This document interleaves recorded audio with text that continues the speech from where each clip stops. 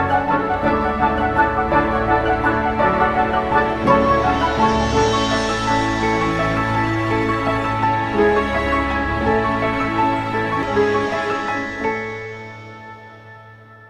को पढ़ने का तरीका क्या है? एक तो मैं आपकी आसानी के लिए जो है क्या करेंगे हम कि सॉरी आ जाए यार, तुम नाराज हो जाए, नाराज हो जाए। अच्छा, एक तो हम आपके आसानी के लिए ये करेंगे कि कॉन्ट्रैक्ट एक्ट जो है इसकी प्रेजेंटेशन ये यहाँ पड़ी हुई है, ठीक है। अब ये कॉन्ट्रैक्ट एक्ट की प्रेजेंटेशन जो है ये आपको आसानी के लिए समझाने के लिए, ठीक है। ये लॉ नहीं है, ना ही उसकी रिप्लेसमेंट है। हो सकता है इसमें जो है एज इट इज लॉ को कोट किया गया हो, but this is not a replacement of law. ये सिर्फ आपको समझाने के लिए ताकि हम साथ साथ चल सकें, ठीक है। दूसरी चीज जो है वो है ये लॉ, जो कॉन्ट्रैक्ट एक्ट है। वालेकुम अस्सलाम। जो कॉन्ट्रैक्ट एक्ट है ये है बेयर एक्ट। ये मैंने आपको बताया था, पंजाब बोर्ड से भी आप डाउनलोड कर सकते हैं। आप लोग इसको जो है वो फेडरल कोर्ट से भी डाउनलोड कर सकते हैं। और पहले 2 लेक्चर में हम इसी मगजमारी में हमने गुजारे हैं कि ये फेडरल में है या प्रोविंशियल में, और हमें पता लगा कंकरेंट लिस्ट खत्म होने के बाद ये फेडरल के अंदर के किसी भी एंट्री में मौजूद नहीं है, ठीक है ना। सो अब तरीका जनाब, बात ये है कि लॉ डिवाइडेड है चैप्टर्स में, पार्ट्स में, डिविजन्स में, और फिर वो सब डिवाइडेड मतलब हर डिवीजन के अंदर, पार्ट के अंदर, जैसे भी लेजिस्लेचर्स को सही लगता है वो उसके अंदर अपने सेक्शंस को, आर्टिकल्स को अरेंज करते हैं। सो यहाँ पर भी मैंने आपको लास्ट टाइम बताया था, जैसे ये चैप्टर 1 है, अब हम चैप्टर 1 को जो है वो पढ़ेंगे, ठीक है। चैप्टर 1 पढ़ने से पहले हम ये देख लें कि और है क्या। ये मैंने आपको पहले भी बता दिया था कि कॉन्ट्रैक्ट एक्ट जो है, चूंकि अब ये चीजें सारी रिकॉर्ड हो रही हैं और जो हमारा कमर्शियल लॉ का ग्रुप है व्हाट्सएप का, उसमें मैंने ये सारी चीजें शेयर कर दी हुई हैं, ठीक है। सो आप अपनी जो पिछली लेक्चर्स की वीडियोस अगर देखना चाहें तो वो वहां मौजूद है, ठीक है। तो The Contract Act, Act number 9 of 1872, 25 अप्रैल 1872 को, 25 ऑफ अप्रैल 1872 को प्रोमलगेट हुआ। मैंने प्रीएम्बल के बारे में आपको बता दिया, शॉर्ट टाइटल के बारे में, एक्सटेंट, एनेक्टमेंट, रिपील्ड, और मैंने आपको बताया था कि हर लॉ के अंदर 2 काम बड़े अच्छे होते हैं। वो क्या होते हैं कि एक काम ये होता है कि वो जितनी लॉ के अंदर जारगॉन्स, जितने आपकी टर्म्स यूज हुई होती हैं, वो एक जगह रख के सारी डिफाइन कर देते हैं, ठीक है। उस चैप्टर को डेफिनेशंस का, या उस सेक्शन को डेफिनेशंस का सेक्शन कहते हैं, ठीक है। वहां पे पहली लाइन ये लिखी होती है, unless the context otherwise requires, या unless the context otherwise specifies, और इसी किस्म की बला बला किस्म की लाइनें लिखी होती हैं। जिसका मतलब ये होता है, पंजाबी में कहते हैं कि जिथे भी ये वर्ड इस्तेमाल होया ते ओदा मतलब है वे, ते जे डिफरेंट होया ते फिर हो, ठीक है। यानी कि जहां पर भी ये टर्म इस्तेमाल होगी तो उसका मतलब ये ही लिया जाएगा, अनलेस कि वहां पर स्पेसिफिकली कोई डिफरेंट तरीके से यूज हुई हो तो फिर वो लगेगा, ठीक है। सो ये भी मैंने आपको बता दिया था कि यहाँ पे कौन कौन सी टर्म्स यूज हुई हुई हैं। यहाँ पे टर्म्स यूज हुई हुई थी, प्रोपोजल क्या है जिसे एजाब कहते हैं, एक्सेप्टेंस क्या है जिसे कबूल कहते हैं, ठीक है। फिर मैंने आपको बताया था कि कब जो है वो प्रोमिसेस रेसिप्रोकल होते हैं, कब जो है वो प्रोमिसेस और सेट ऑफ प्रोमिसेस एक एग्रीमेंट बनते हैं, कब एग्रीमेंट में एनफोर्सेबिलिटी का एलिमेंट ऐड हो जाए। और मैंने आपको मिसाल देके बताया था कि जैसे वो मेरे ख्याल कैनिबस कहते हैं उसे, भांग को, हाँ, हाँ, तो वो जो है उसको अब पाकिस्तान में उगाने की इजाजत दे दी गई है जी। हाँ जी, दे दी गई है। अब वो नारकोटिक्स एक्ट के तहत उसको वहां से निकाला गया, नारकोटिक्स कंट्रोल एक्ट के तहत उसको निकाल दिया गया। वहां पे पहले था, मना था, अब उसको निकाल दिया गया क्योंकि इसके वो कहते हैं कि बड़े फायदे हैं ये एज ए, जिसे हम कहते हैं ना एनाल्गेसिक, जिसे मतलब पेन किलर आप आम अल्फाज में कहते हैं, वो इस्तेमाल कर सकते हैं। सो जनाब, उसके बाद मैंने आपको बताया था प्रोमिसर कौन है, प्रोमिसी कौन है, ये सारी चीजें हम डिस्कस कर चुके हुए हैं। और मैंने आपको बताया था कि element of enforceability of such an importance, importance नहीं कह रहा, इंपॉर्टेंस कह रहा हूं, ठीक है, such an importance is there कि अगर ये निकल जाए, वैसे वाकई एक लिहाज से ठीक भी है, अगर ये निकल जाए ना तो कॉन्ट्रैक्ट खत्म हो जाता है। कॉन्ट्रैक्ट नहीं रहता, कॉन्ट्रैक्ट जो है वॉइड हो जाता, ठीक है, इट बिकम्स वॉइड, ठीक है। सो ये हमने कर लिया। अब हम जनाब आ गए चैप्टर 1 पे, जिस तरह वीडियो गेम खेलते हैं ना स्टेज 1, तो स्टेज 1 पे अब हम आ गए। अब अगर हम देखें तो स्टेज 1 में क्या है कि कम्युनिकेशन, चैप्टर को लिखा हुआ है of the communication, acceptance and revocation of proposals, कि किस तरह कम्युनिकेट होगी ऑफर, किस तरह जो है वो रिवोक होगी, एक्सेप्टेंस कैसे होगी और एक्सेप्टेंस कैसे रिवोक होगी, कम्युनिकेशन ऑफ प्रपोजल कब कंप्लीट होगी और कम्युनिकेशन ऑफ एक्सेप्टेंस कब कंप्लीट होगी, कब उनको रिवोक किया जा सके, ठीक है। सो अगर मैं आसानी के लिए आपको करूं, मसलन मैंने इनको एक प्रपोजल दी कि यार ये मेरे से पेंसिल खरीद लें, तो अब ये प्रपोजल है, कब इसकी कम्युनिकेशन कंप्लीट होगी, कब मैं कहूंगा, ठीक है, नहीं पहले प्रपोजल की कम्युनिकेशन, फिर उसके बाद वो एक्सेप्ट करेंगे, उसकी कम्युनिकेशन कब कंप्लीट होगी। याद रखें प्रपोजल की एक्सेप्ट जो कम्युनिकेशन है वो एक साइड की होती है, यानी मुझे तो पता ही है मैं प्रपोजल कर रहा हूँ, दे रहा हूँ, तो जब उनको मिलेगी तो उनके इल्म में आ जाएगी, तो कम्युनिकेशन कंप्लीट हो गई। लेकिन फिर उसके बाद वो जवाबन मुझे नहीं, काउंटर प्रपोजल तो ये होती है ना कि मेरी प्रपोजल को एक्सेप्ट नहीं करे बल्कि उसके अगेंस्ट मुझे एक प्रपोजल दे रहे हैं। अब मैं इनसे कहता हूं कि 25,000 रुपए की ये पेंसिल खरीदेंगे, ये इनके कानों में जब आवाज गई तो इन्होंने हाँ जी मैं 25,000 रुपए के लिए बस ये पेंसिल खरीदूंगा। अब उनकी आवाज वहां से चली, मुझ तक पहुंची,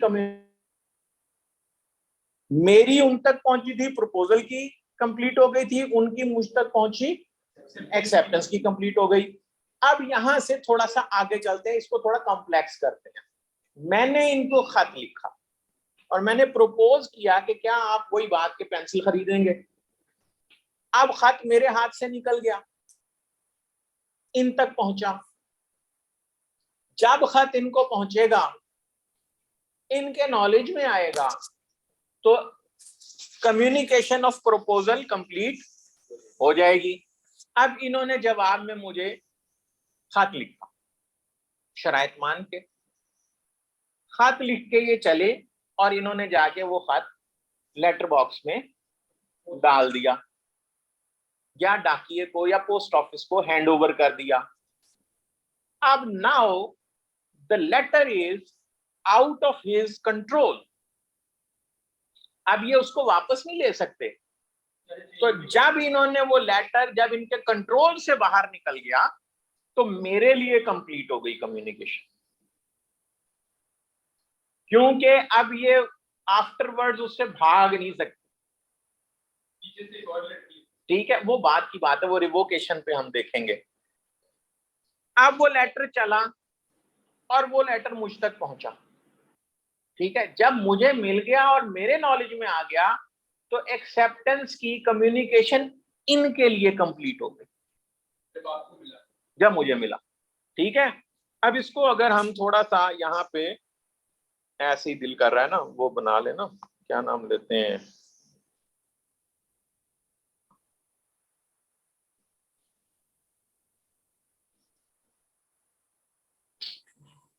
ये फर्ज करें एक साहब हैं, एक इन्होंने प्रपोज किया बी को, तो जब यहां से चीज चली और यहां इसके नॉलेज में आ गई तो ये कम्युनिकेशन ऑफ ऑफर कंप्लीट हो गई। अब ये जो बी साहब थे इन्होंने खत लिखा और ये पोस्ट ऑफिस है, इसे दे दिया। जब यहां दे दिया तो अब इनका कंट्रोल खत्म हो गया इस पे। अब ये जो है चल पड़ा, तो यहां पर इस लेवल पर कम्युनिकेशन कंप्लीट हो गई।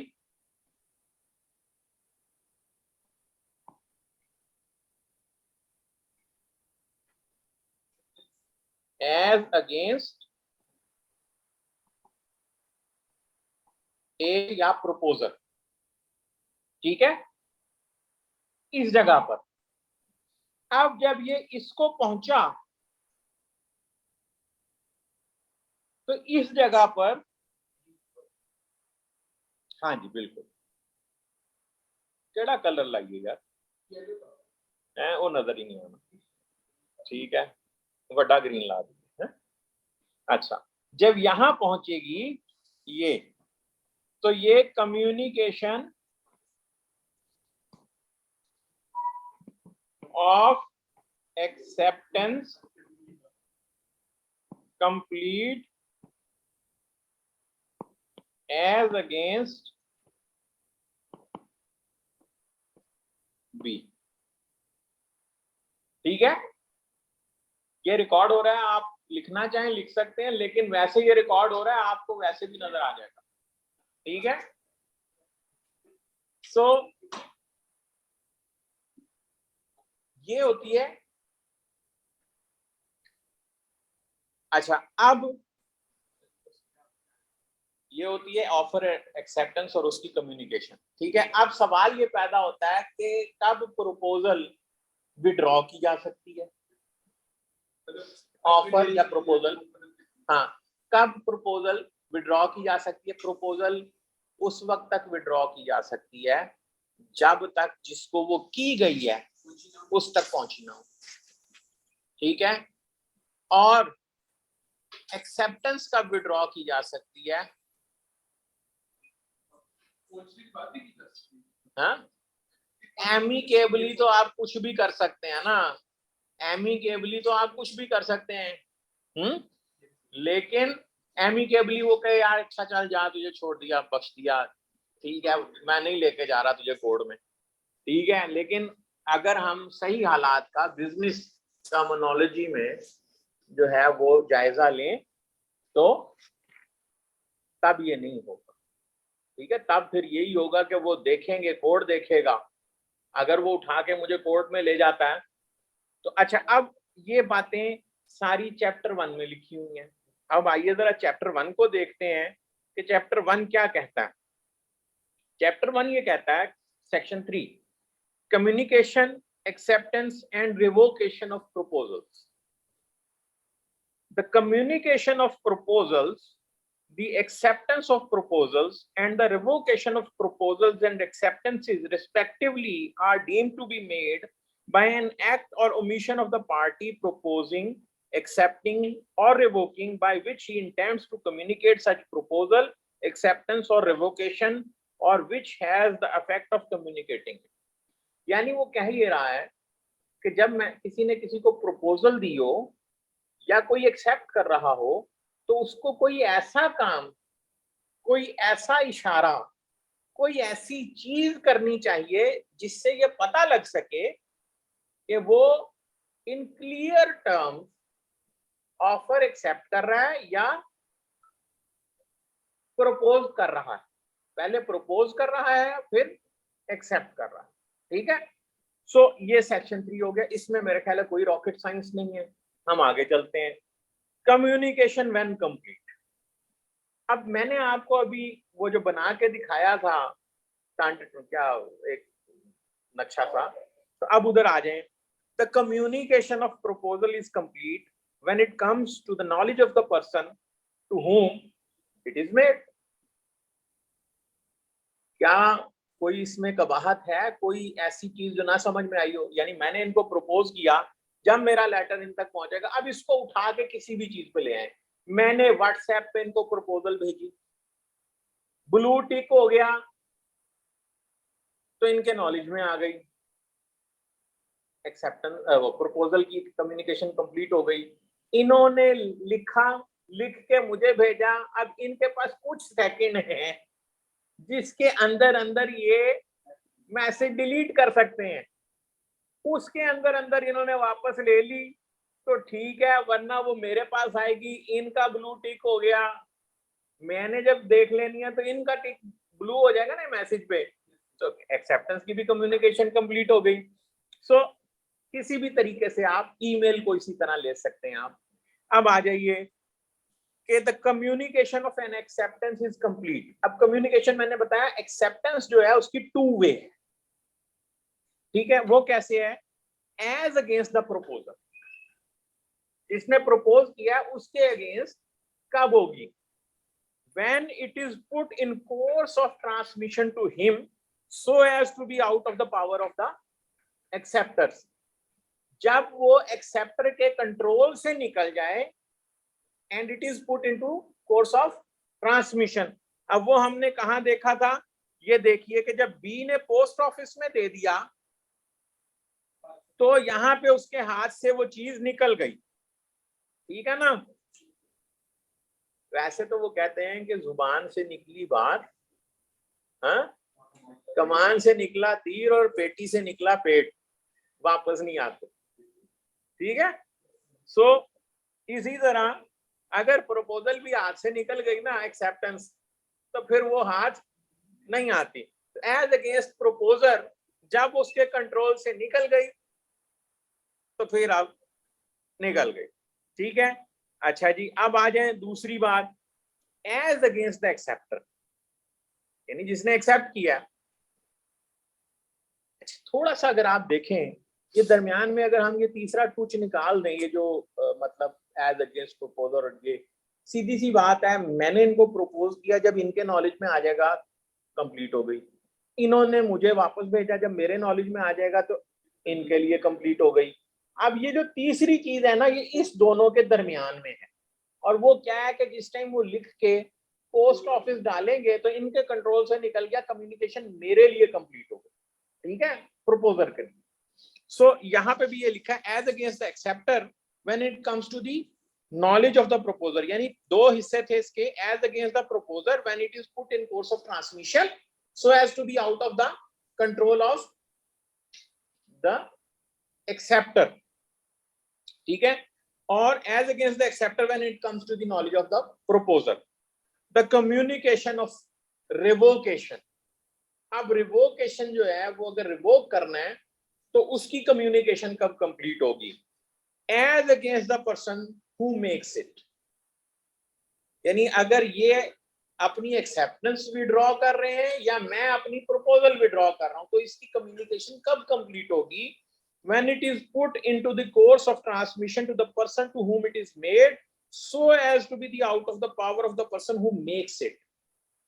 यानी अगर मैं अपनी प्रपोजल विड्रॉ करना चाह रहा हूं तो जब मैं लेटर लिख के लेटर बॉक्स में डाल दूंगा तो मेरे पावर से बाहर हो गई, ठीक है। जब वो बाहर हो गई तो उसकी कम्युनिकेशन कंप्लीट हो गई। इन्हें मिलता कब है? बाद की बात है। इन्होंने एक्सेप्टेंस विड्रॉ करनी है, इन्होंने लेटर बॉक्स में डाल दिया। अच्छा, ये भी हो सकता है मैंने इनको लेटर के जरिए लिखा, इन्होंने भी लेटर लिख दिया, उसके बाद फैक्स करके मुझे कहते हैं वो लेटर आ रहा ना, वो दी कोई वैल्यू नहीं, भूल जाओ, ठीक है। तो वो इस तरह दैट कैन बी रिवोक्ड, ठीक है। अच्छा जी, उसके बाद as against the person to whom it is made। अच्छा, ये तो बात हो गई ना कि जिसने रिवोक करनी है वो जब लेटर बॉक्स में डाल देगा तो उसके लिए तो उसी टाइम कंप्लीट हो गई कम्युनिकेशन। तो जिसको की है जब उसको मिलेगी तो उसके लिए कंप्लीट हो जाएगी, ठीक है।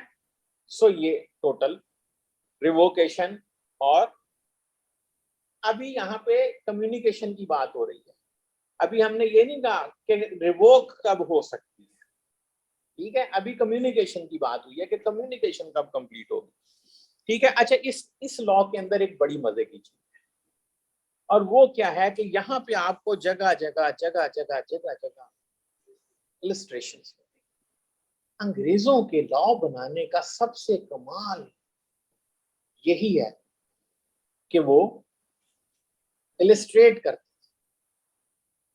जिससे कंफ्यूजन नहीं होती, होती थी तो बहुत कम होती, मेजॉरिटी परमुटेशंस और कॉम्बिनेशंस को कवर कर लिया जाता था। अब फॉर एग्जांपल यहाँ पे देखें, अब ये मैं अभी आपको पहली दफा जरा स्लो इसलिए पढ़ा रहा हूं कि अभी मैं लॉ से आपको रोशनास करवा रहा हूं, जब हम इसके आदी हो जाएंगे हमें पता लग जाएगा ये क्या है, फिर हम तेज चलेंगे, ठीक है। अब ये देखें, A proposes by letter to sell a house to B at a certain price, A ने बी को प्रपोज करना है लेटर के जरिए कि मैं तुम्हें अपना मकान बेचना चाहता हूं at a certain price. The communication of proposal is complete when B receives the letter. बात क्या हुई थी, ये पेंसिल बेचना चाहता हूं, लेटर के जरिए लिखा, जब लेटर उन्हें पहुंचा तो communication of offer is complete. अब उन्होंने एक्सेप्टेंस करनी है, उन्होंने क्या किया, B accept A's proposal by letter sent by post, the communication of proposal is complete. कब, sorry, acceptance, the communication of acceptance is complete. अब वो मुझे जवाब दे रहे हैं, तो कम्युनिकेशन ऑफ एक्सेप्टेंस कब कंप्लीट होगी, एज अगेंस्ट ए, यानी मेरे against, when the letter is posted, जब लेटर पोस्ट कर दिया जाएगा, so as to be out of his control, मेरे लिए कंप्लीट होगी। और इनके लिए कब कंप्लीट होगी, जब मुझ तक पहुंच जाएगा, ठीक है। देखो कितना मुश्किल काम है, पुराने जमाने में लोग लेटर्स लिखा करते थे एक दूसरे को, तो अब सोचो कम्युनिकेशन कैसे कंप्लीट होती होगी। आप सीन द लेटर्स जहां पे शादियों पे एक दूसरे के साथ शिकवे किए हुए, तुमने मेरी सास की फलानी को नहीं बुलाया था तो इसलिए हम इस शादी में नहीं आएंगे, बहरहाल तुम्हें मुबारक। ये पुराना जमाना जो था उसमें ये रिवाज थे। गालिब के लेटर्स बड़े मशहूर, अल्लामा इकबाल के लेटर्स मशहूर। सो अच्छा जी, बी के अगेंस्ट यानी जो एक्सेप्टर है उसके अगेंस्ट कब होगी कंप्लीट, या वो सोशल मीडिया नहीं यूज करती ना, तुम इधर अब देखो जरा, हाँ ठीक है। अच्छा, as against B when the letter is received by A, जब लेटर मुझे मिल जाएगा तो आपके अगेंस्ट वो कंप्लीट हो गई। अच्छा, यहां तक अब मुझे बताइए, आप लोग क्या मेरे साथ चले हैं, क्या आप लोगों को समझ आई है, क्या आप लोगों को इसमें कोई मुश्किल फील हुई, ठीक है। लॉ ऐसे बिल्कुल प्लेन सिंपल लैंग्वेज है, अगर ये ना भी दिए होते इशारात या इलस्ट्रेशंस तो आप तब भी समझ सकते थे, अगर आपको plain language of the law आती हो। एक बात याद रखें, when plain language of the law is clear, there is no room for intendment. Intendment क्या होती है?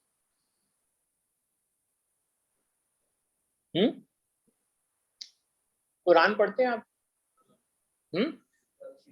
चलो, मतलब जब भी पढ़ते हैं आप, आयत का तर्जुमा लिखा होता है, उस तर्जुमे के दरमियान में ना पैरेंथेसिस लगी होती हैं, ब्रैकेट्स, उस ब्रैकेट के अंदर एक्चुअली जो तफसीर कर रहा होता है उसका अपना वर्जन होता है, ठीक है। हाँ, उसकी पर्सनल इंटरप्रिटेशन होती है, ठीक है। सो कहा यह जाता है कि जब plain language of the law clear हो तो पैरेंथेसिस की या इंटेंडमेंट की गुंजाइश नहीं होती, ठीक है। और नॉर्मली ये लोग कोशिश करते हैं कि मतलब जहां पे ये कोशिश की जाती है कि जी इंटेंडमेंट कर ली जाए तो कोर्ट उसको डिसअप्रूव कर देती है। अच्छा जी, ए रिवोक्स हिज प्रपोजल बाय टेलीग्राम, अब खत लिखा गया था, अब ए ने रिवोक कर दिया टेलीग्राम के जरिए, टेलीग्राम तो जल्दी पहुंच जाता है, तो revocation is complete as against A when the telegram is dispatch. वही बात के ए के कंट्रोल से जब बाहर निकल गई बात, तो उसके लिए तो कम्युनिकेशन उसी टाइम कंप्लीट हो गई, और बी के लिए कब कंप्लीट होगी, जब उसे मिलेगा। ठीक है, so B revokes his acceptance by telegram. वो कब होगी, जब बी पोस्ट करेगा, उसके कंट्रोल से बाहर होगी तो मेरे लिए कंप्लीट हो गई, जब पहुंचेगा मुझे मिल जाएगा तो उसके लिए कंप्लीट हो जाएगी। ठीक है, सो ये था रिवोकेशन। अब पांचवा जो सेक्शन है वो revocation of proposal and acceptance. अब ये बताता है वो सवाल जो आप मुझसे पूछ रहे थे कि कब एक प्रपोजल रिवोक की जा सकती है और कब एक एक्सेप्टेंस रिवोक की जा सकती है। ए proposal may be revoked at any time before the communication of its acceptance is complete as against the proposer but not afterwards। अब proposer तो मैं हूं ना, मैंने कहा कि जनाब क्या आप ये 25,000 रुपए की पेंसिल खरीदेंगे। अब इसकी जो कहां तक वो उठा सकता है, before the communication of its acceptance is complete as against proposer. तो अब मैंने जब इनको ये दिया कि जनाब 25,000 रुपए में लेटर लिखा, लेटर इनको पहुंच गया, अब इन्होंने लेटर जवाब में लिख के पोस्ट ऑफिस में पोस्ट कर देना, ठीक है, एक्सेप्टेंस का। और मेरे लिए एक्सेप्टेंस कंप्लीट होगी उस टाइम जिस टाइम ये लेटर पोस्ट करेंगे। ठीक है, इस टाइम से पहले पहले किसी भी टाइम पे मैं प्रपोजर अपनी प्रपोजल को रिवोक कर सकता। क्लियर? अच्छा, अब आ जाते हैं कि एक्सेप्टेंस को कब रिवोक किया जा सकता है। तो एक्सेप्टेंस को वो कहते हैं may be revoked any time before the communication of acceptance is complete as against acceptor but not afterwards. अब इन्होंने एक्सेप्टेंस का लेटर लिख के भेज दिया, मेरे लिए तो उसकी कम्युनिकेशन तब कंप्लीट हो गई जब इन्होंने लेटर पोस्ट ऑफिस में पकड़ाया, लेकिन इनके लिए कब कंप्लीट होगी, जब वो मुझे मिलेगा। मुझे मिलने से पहले पहले ये किसी भी टाइम अपनी एक्सेप्टेंस को रिवोक कर सकते हैं। सो दैट्स वेरी सिंपल कि कब आप किसी को प्रपोज कर सकते हैं? तो आजकल जो है वो सोशल उसमें ब्रेकअप का वर्ड यूज होता है, कब आप प्रपोज कर सकते हैं और कब ब्रेकअप हो सकता है। तो ये कानूनी तौर पे कॉन्ट्रैक्ट एक्ट के तहत कब आप प्रपोज कर सकते हैं और कब ब्रेकअप हो सकता है वो यहाँ लिखा होगा। ठीक है, अच्छा, रिवोकेशन किस तरह होगी, जिस तरह कम्युनिकेट किया गया है उसी तरह रिवोकेशन होगी, सेम मैनर में, सेम स्टाइल में। लेकिन ये मतलब नहीं है कि मतलब लेटर के जरिए किया गया है तो लेटर के जरिए, मतलब ये है कि अगर तरीके क्या है, दो तरीके होते हैं प्रपोज करने के और एक्सेप्ट करने के। एक होता है एक्सप्रेस और एक होता है इम्प्लाइड। क्या तरीके होते हैं? एक्सप्रेस और इम्प्लाइड। एक्सप्रेस क्या है कि मैं किसी को प्रपोज करूं by the words of my mouth और in writing, this is called expression. ठीक है, थ्रू एन एक्सप्रेशन। और दूसरा क्या है कि जैसे हमारे यहाँ कहते हैं ना, माँ आके पूछ दिया ना, ओए तेरी फूफी दी थी तेन पसंद है तो वो जो आप ये करते हैं ना, उसका मतलब है हाँ जी। ठीक है, तो दिस इज इम्प्लाइड, यानी आपने कोई जवाब नहीं दिया, मना नहीं किया, तो दैट मीन्स इम्प्लाइडली, या मैं अगर आपको लिख के भेजूं कि यार आप जो है मेरा ये घर खरीदना चाहते हैं, अगर आपने 30 दिन के अंदर मुझे जवाब ना दिया तो मैं ये समझूंगा कि आप ये घर नहीं खरीदना चाहते। वो 30 दिन मुझे जवाब नहीं देते, नाउ दिस इज इम्प्लाइड कि उसने जवाब नहीं दिया तो ऑफर खत्म हो गई, जवाब ही देता। ठीक है, तो एक था ना, शौहर बड़ा तंग था बीवी से, तो बीवी उसे लेके गई डॉक्टर के पास। वो इतना बोली, तो डॉक्टर ने कहा देखें आप इन्हें आराम करने दें और ये गोलियां इनको खिलाएं और ये गोलियां आप खाएं। कहती ये गोली नल की होएगा, कहते तू सो जाएगी और आराम नल रहेगा। तो वो बाहर निकल के आई ना, तो कहता डॉक्टर ने क्या बताया, कहती डॉक्टर ने तो जवाब ही दे दिया। ठीक है, तो डॉक्टर ने जवाब दे दिया। तो यहाँ पे भी जो है जवाब देने का तरीका जो है वो मतलब दो, या एक्सप्रेस्ड होगा या इम्प्लाइड होगा। सो एक्सप्रेस्ड है तो एक्सप्रेस्ड ही आपने जवाब देना, और इम्प्लाइड है तो इम्प्लाइड जवाब दे सकते हैं।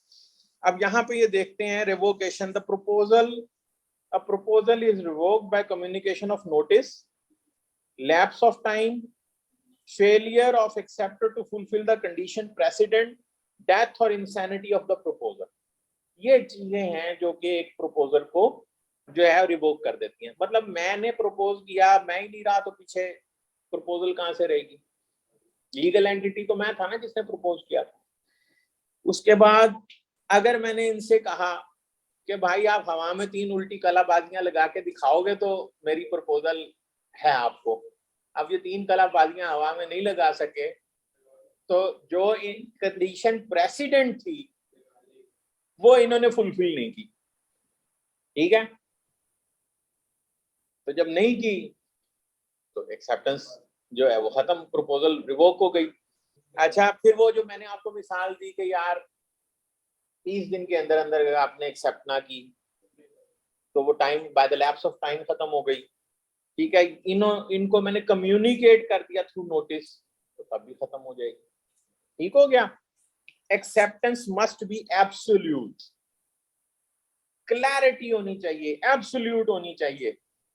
ये नहीं होना चाहिए कि वो डिटरमिन ही ना हो सके। सो एक्सेप्टेंस मस्ट बी एब्सोल्यूट। ये मतलब अगर आप उसको फॉर एग्जांपल जैसे मैंने आपको बताया था, आपसे बात हो रही थी कि जी मैंने इनको कहा 25,000 की पेंसिल लेंगे, तो इन्होंने कहा यार ले ते लवा 22,000 की देने की गल करो। अब ये एब्सोल्यूट टर्म्स में एक्सेप्टेंस नहीं है। So one it is not absolute, ये काउंटर प्रपोजल हो गई। ठीक है ना, तो काउंटर प्रपोजल को फिर मैंने एक्सेप्ट करना है एब्सोल्यूट टर्म्स में। और एब्सोल्यूट टर्म्स का मतलब ये है कि जिस तरह मैंने प्रपोज किया है, जो चीज मैंने प्रपोज की है, ये उसको उसी तरह समझते हुए एक्सेप्ट करें। ठीक है ना। अब ये तो नहीं होगा ना, मतलब इनको कोई प्रपोज कर रहा है तो ये आगे से राखी बांध दे तो आप ठीक है, तो वहां पे मुख्तलिफ वो हो जाएगा। ठीक है, एक चीज को एक ही स्टाइल में समझना है। यानी अगर मैं ये पेंसिल बेच रहा हूं तो ये भी यही समझे कि मैं यही पेंसिल बेच रहा हूं। अच्छा, अब सर्टेनिटी अगर नहीं होगी, 10 घोड़े खड़े हैं, मैं कहूं मैं आपको अपना घोड़ा बेचता हूं, आप खरीदेंगे, अब भाई कौन सा घोड़ा? ये, या मैं इनसे कहूं ये जो तीसरे नंबर पे काले वाला घोड़ा है जिसके माथे पे सफेद निशान है, ये मैं बेच रहा हूं, आप खरीदेंगे? अब क्लैरिटी के साथ मैंने प्रपोज किया, ये कहे हाँ मैं ਤੁਹਾਡਾ घोड़ा खरीदांगा। ठीक है भाई, कौन से वाला? ओ जरा 3 नंबर पे खलोता, 4 नंबर पे खलोता। अब मैं तो भाई आपको तीसरे नंबर वाला का बात कर रहा हूँ, आप मुझे 4 नंबर वाले की बात कर रहे हैं, तो एक्सेप्ट नहीं कर रहे क्लैरिटी। ठीक है, इनके दिमाग में कुछ और है, मेरे दिमाग में कुछ और है। या ये कह दें यार ए नाल तुसी वो छोटा बच्चा भी घोड़े दा दे दियो, तो वो वहां पे बात आ जाएगी कि अब ये काउंटर प्रपोज कर रहे हैं। ठीक है, सो यहाँ पे acceptance must be absolute, B absolute and unqualified. Qualification कोई नहीं लगनी चाहिए उसके साथ। क्वालिफिकेशन का से मुराद है कि कोई आप उसमें शर्त नहीं लगाएंगे। ठीक है, be expressed in some usual and reasonable manner unless the proposal prescribes the manner in which it is to be accepted। मतलब फॉर एग्जांपल जैसे टेंडर्स होते हैं, तो टेंडर्स में वो आपको कहते हैं कि आप अपनी टेक्निकल और जो है वो फाइनेंशियल प्रपोजल सबमिट करें, तो there is a specific style कि जिसमें आप वो देंगे। ठीक है, if the proposal prescribes a manner in which it is to be accepted, जैसे मैंने कहा हवा में 3 कलाबाजियां लगानी हैं, and the acceptance is not made in such manner, और आपने 3 कलाबाजियां नहीं लगाई, the proposer may within a reasonable time after the acceptance is communicated to him insist that the proposal shall be accepted in the prescribed manner and not otherwise, but if he fails to do so he accepts the acceptance. अच्छा, इन्होंने 3 कलाबाजियां नहीं लगाई, इन्होंने कहा लेकिन गल तुहाडी मैनूं मंजूर है, मैंने कहा कि ये 25,000 की पेंसिल है, 3 कलाबाजियां लगाओगे तो फिर बेचूंगा। इन्होंने 3 कलाबाजियां नहीं लगाई, इन्होंने कहा कि जनाब मैं खरीद लूंगा, कलाबाजियां मैं नहीं लगा रहा, मुझे नहीं आता। ठीक है, तो अब मेरे पास टाइम है कि मैं कहूँ नहीं भाई मैंने तो कहा था 3 कलाबाजियां पहले लगेगी, अब चूंकि वो नहीं लगाई तो मैं नहीं बेच रहा। ठीक है, लेकिन अगर मैं कहूँ अच्छा चल ठीक है यार रहने दे 3 कलाबाजियां, चल ले आप पैसे फड़ा, ठीक है, तो अब मैंने एक्सेप्ट मॉडिफाई कर दिया टर्म्स। ठीक है, और अब मैंने एक्सेप्ट कर लिया तो अब वो एक्सेप्ट हो गया। ठीक हो गया, अब कम्युनिकेशन कंप्लीट हो गया। अब एक्सेप्टेंस बाय परफॉर्मिंग कंडीशंस और रिसीविंग कंसिडरेशन। अच्छा, एक चीज ये भी है, मैंने इनसे कहा 25,000 रुपए में मेरी पेंसिल खरीदेंगे, इन्होंने 25,000 रुपया उसी टाइम गिना और मेरे हाथ में रख दिया, ये क्या है? एक्सेप्टेंस। इन्होंने फौरी तौर पे मेरे हाथ में पैसे पकड़ा दिए, इसका मतलब है विलिंग। इनका ये एक्ट जो है, ये जो एक्सप्रेशन है, ये बता रहा है कि इन्होंने एक्सेप्ट कर लिया। अगर इन्हें एक्सेप्ट ना की होती मेरी ऑफर तो ये 25,000 मेरे हाथ पे क्यों रखते? ठीक है, a performance of conditions of proposal or the acceptance by consideration for reciprocal promise which may be offered with a proposal is an acceptance of the proposal. ठीक है, promises express or implied, वही मैंने आपको बता दी कि अब मसलन मैं इनको कहता हूं यार ये पेंसिल मैं आपको बेच रहा हूं, ठीक है, अब ये इम्प्लाइडली मैं तो बाय वर्ड ऑफ माउथ बता रहा हूं, अब ये बाय वर्ड ऑफ माउथ खरीदने की बात करते हैं, ठीक है, अगर मैं इम्प्लाइडली कहता हूं, ठीक है, तो इम्प्लॉयडली होगा मेरे किसी ऐसे हरकत से इनको अंदाजा हो कि मैं चाह रहा हूं कि ये बेचूं, और ये भी आगे से कोई ऐसी हरकत करें कि चाह रहे हैं ये खरीदें। ठीक है, अब मसलन आपने अभी वो एक ऐड देखा होगा, मेरे ख्याल वॉल्स का ही ऐड है या अमोर का या वॉल्स का, वो लड़का नाच रहा होता है, नाचते नाचते देखता है लड़की आ रही है तो वो अमोर ले कॉर्नेटो का है ना, हाँ वो कॉर्नेटो लेके आता है। अब ये इम्प्लाइडली उसने हरकत की कि उसको वो उसने दी और उसने जो है वो एक्सेप्ट कर ली उससे कॉर्नेटो, तो वो पता लग गया कि उसने प्रपोज कर दिया, उसने एक्सेप्ट कर लिया फ्रेंडशिप की प्रपोजल। ठीक है, और ये इम्प्लाइड था। ठीक है, अच्छा इसमें बहस बहुत सारी हो सकती है जो स्टूडेंट्स में कि यार उसका एक्सेप्ट करने का मतलब दोस्ती था नहीं था, ये लंबी चीजें चल पड़ती हैं, लेकिन इन जनरल मैनर्स, हाँ कॉर्नर अच्छा सुनो ना, in so far as the proposal or acceptance of any promise is made in words, जब promise in words किया जाए, the promise is said to be express, ये मैंने आपको बात बता दी कि जब मुंह से कहूंगा लिख के कहूंगा तो it is called expressed। ठीक है, in so far as such a proposal or acceptance is made otherwise than in words, the promise is said to be implied। तो आज हमारा चैप्टर 1 कंप्लीट हो गया। अब हम सवाल जवाब लेंगे आपसे, मैं इससे ज्यादा आपको इसलिए नहीं पढ़ाऊंगा कि आज मैंने सिर्फ आपको एक डायरेक्शन में फोकस करके, जिसे कहते हैं ना लेजर बीम जिस तरह होती है, तो मैंने आपको उस साइड पे करना था, वो आज आप हो गए। और ये आप यकीन कीजिए कि बड़े बड़े जुगादरी जो है ना वो फंस जाते हैं कि ऑफर कब कंप्लीट होती है, एक्सेप्टेंस कब कंप्लीट होती है, ये क्योंकि ऐसे डू और एब्सटेन फ्रॉम डूइंग और यू एम्प्लॉयड है, एक्सप्रेस्ड है। So I have just tried to make it very simple for you। अब हम आ जाते हैं अपनी प्रेजेंटेशन पे। ठीक है, ये हमारी प्रेजेंटेशन है, और अगर मैं यहाँ पे ये लेक्चर स्लाइड है, ठीक है, ये देखिए, अब मैंने आपको बताया था कि क्लास जो सेक्शन 2 है उसमें इंटरप्रिटेशन है, ठीक है। ये मैंने सारी आपको इंटरप्रिटेशन बता दी कि प्रपोजल क्या है, एक्सेप्टेंस क्या है, प्रपोजल कब प्रॉमिस बन जाता है, जो है एक्सेप्ट हो जाए तो कब प्रॉमिस बन जाती है, और every promise or set of promises forming the consideration for each other is an agreement। और अगर आप ऊपर देखें तो offer plus acceptance G is equal to an agreement, और इसको promise भी कहते हैं, ठीक है।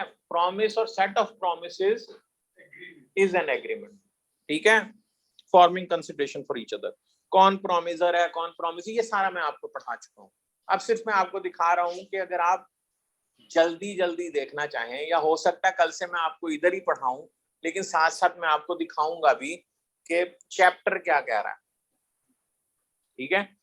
अब एग्रीमेंट प्लस इन्फोर्सेबिलिटी, ये मैं आपको पढ़ा चुका हूं कि एग्रीमेंट जो है वो कब वॉइड होता है, जब उसमें से एलिमेंट ऑफ इन्फोर्सेबिलिटी निकल जाती है, ठीक है। अच्छा, उसके बाद ये आज हमने पढ़ा communication of offer, acceptance and revocation of offer and acceptance, ये आज हमने पढ़ा, ठीक है। सो ये वैसे तो मैंने आपको बड़े अच्छे तरीके से बता दिया, लेकिन मैंने इसको कलर डिस्टिंक्शन के जरिए भी आपको कोशिश की है कि आपको समझ आ जाए बात की कि किस तरह है। जैसे ये communication of proposal, communication of acceptance, communication of revocation, ठीक है। प्रपोजल कब रिवोक हो सकती है, एक्सेप्टेंस कब रिवोक हो सकती है, ये सारा मैंने आज आपको पढ़ा दिया, ठीक है। इसके बाद अब आ जाएगी एलिमेंट्स ऑफ एनफोर्सेबिलिटी, ठीक है। अब यहां पे अगर हम आगे चले जाएं, कौन से कॉन्ट्रैक्ट्स जो हैं वॉइडेबल, वॉइड कौन से हैं, of contracts, voidable contracts and void contracts. So ये मैंने आपको बताया था, एलिमेंट ऑफ एनफोर्सेबिलिटी निकल जाए तो वैसे ही वॉइड हो जाते हैं, और अवॉइडेबल तब होते हैं जब किसी एक पार्टी को कोई ग्रीवेंस हो, ठीक है। कोई एक चीज, किसी के साथ कोई ज्यादती हुई हो, तो जिसके साथ ज्यादती हुई होती है उस पार्टी की ऑप्शन होती है कि वो कॉन्ट्रैक्ट से बाहर निकल जाए, ठीक है। या वो डिमांड कर सकता है परफॉर्मेंस को, या डैमेजेस डिमांड कर सकता है, या कॉन्ट्रैक्ट को अवॉइड कर सकता है, ठीक है। सो हम जब पढ़ेंगे तो देखेंगे। अब ये देखिएगा, अगर आप देखना चाहते हैं तो ये मैंने आपको उधर रख दिया है, क्या नाम लेते हैं, ग्रुप में रख दिया, ठीक है। ये सारा कॉन्ट्रैक्ट एक्ट भी, आपका कॉन्ट्रैक्ट एक्ट तो उधर रखा हुआ है आपके सीएमएस में, ठीक है। और ये जो प्रेजेंटेशन है ये रखी हुई है आपकी ग्रुप में। तो ये जनाब आप ये देखिए, मैंने आपको बताया कि जब आप पढ़ेंगे तो यहाँ जगह जगह आपको इलस्ट्रेट किया हुआ है, ठीक है। जगह जगह आपको इलस्ट्रेशंस दी होंगी उन्होंने कि कब आप ये देखिए, और ये इलस्ट्रेशंस आपको मदद देंगी लॉ को समझने में।